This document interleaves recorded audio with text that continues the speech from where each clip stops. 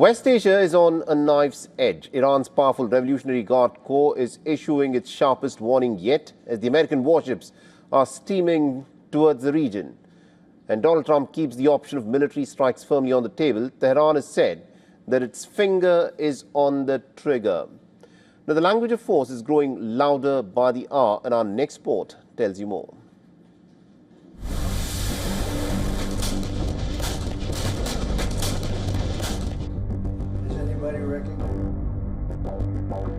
Iran's Islamic Revolutionary Guard Corps, the same force that led the deadly crackdown on the recent nationwide protests, is now signaling full military readiness.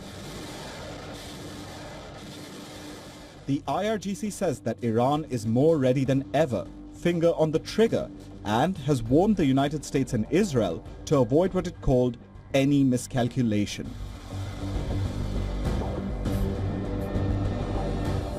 All this is unfolding as US naval forces surge towards West Asia. US President Donald Trump has confirmed that a massive American fleet is heading in Iran's direction.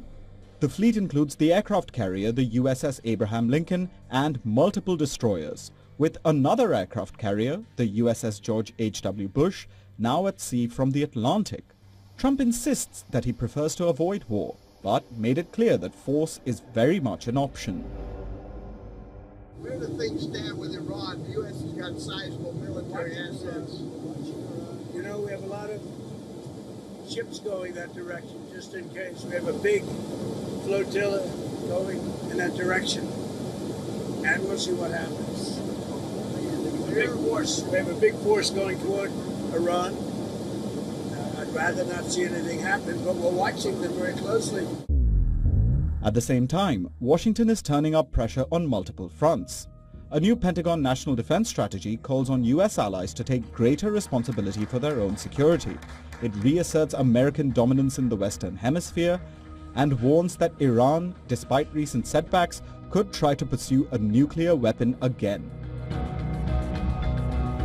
The document praises Israel as a model ally and signals that it could be further empowered to defend itself.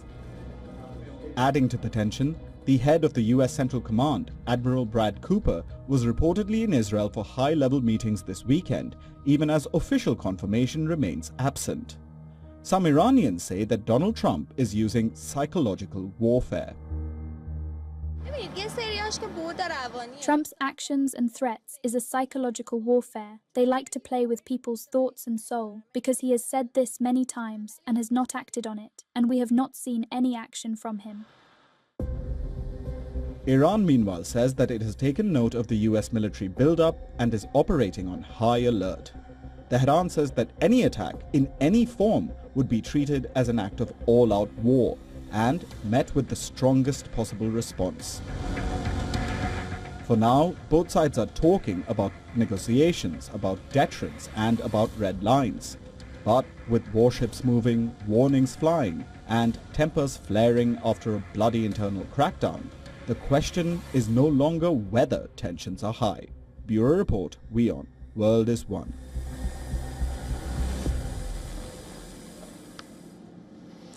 All right, now joining us from Washington, D.C., we have Professor Giorgio Cafiero, who is a professor at Georgetown University and also CEO of the Gulf State Analytics. Professor Cafiero, thank you very much indeed for joining us here on WION.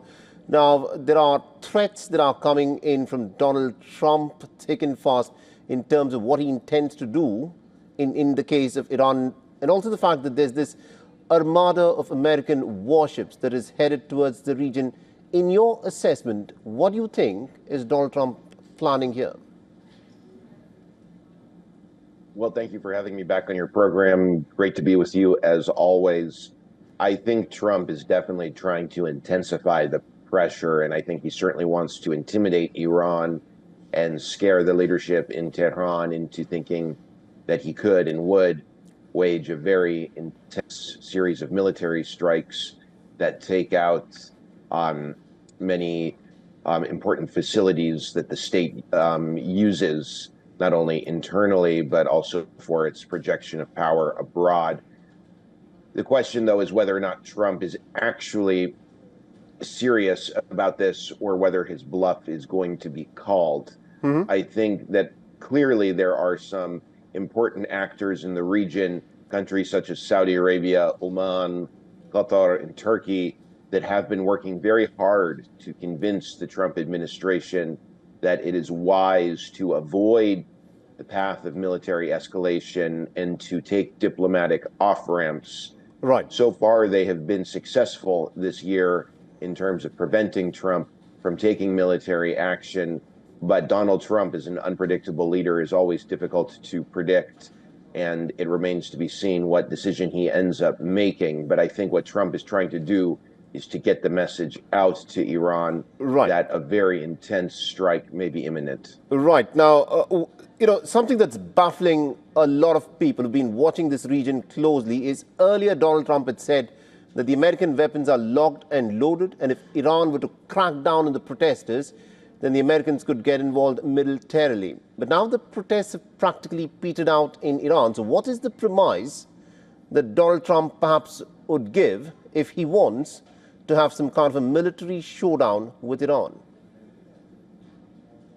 It's a really good question. There may be multiple premises to a U.S. military strike against Iran.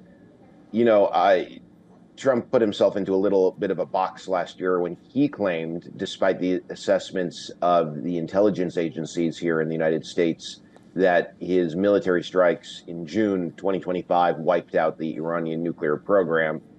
So I think possibly it'll be under the guise of eliminating Iran's missile capabilities that would be the justification for strike, or it could be the punishment of protesters, or it could be a number of things. Interesting. We'll have to wait and watch as to what actually happens in this case. The American military armada moves closer to Iran. Thank you very much indeed, Professor Cafero, for joining us with our perspective there. Thank you.